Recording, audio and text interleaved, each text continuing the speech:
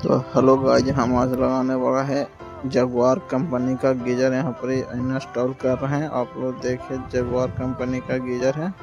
Video में पूरे बने रहें, वीडियो को लास्ट तक देखें। वीडियो अच्छा लगे तो चैनल को सब्सक्राइब और लाइक जरूर करें। तो यहाँ पर देखिए, पूरा वीडियो में बनाने वाले हैं किस प्रकार से गीजर को इंस्टॉल किया जाता है।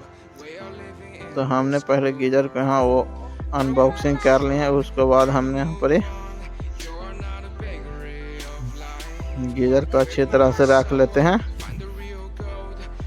तो हमने यहाँ पर एक कैप को पहले खोल लेते हैं, जो लगा रहता है उसको कैप जैसे खोल लिया। उसके बाद हमने यहाँ पर टेपलम टेप अच्छी तरह से मार लेना कि पाइप से लीकेज ना हो। तो हमने पहले पाइप में टेपलम टेप मार लिए हैं। उसके बाद हमें यहाँ पर ये अच्छी तरह से कनेक्शन पाइप को फिट कर देते हैं। यहाँ पर कनेक्शन पाइप को सेट कर रहे हैं, पूरी तरह से सेट कर लेते हैं। उसके बाद हम देखा इस प्रकार से वीडियो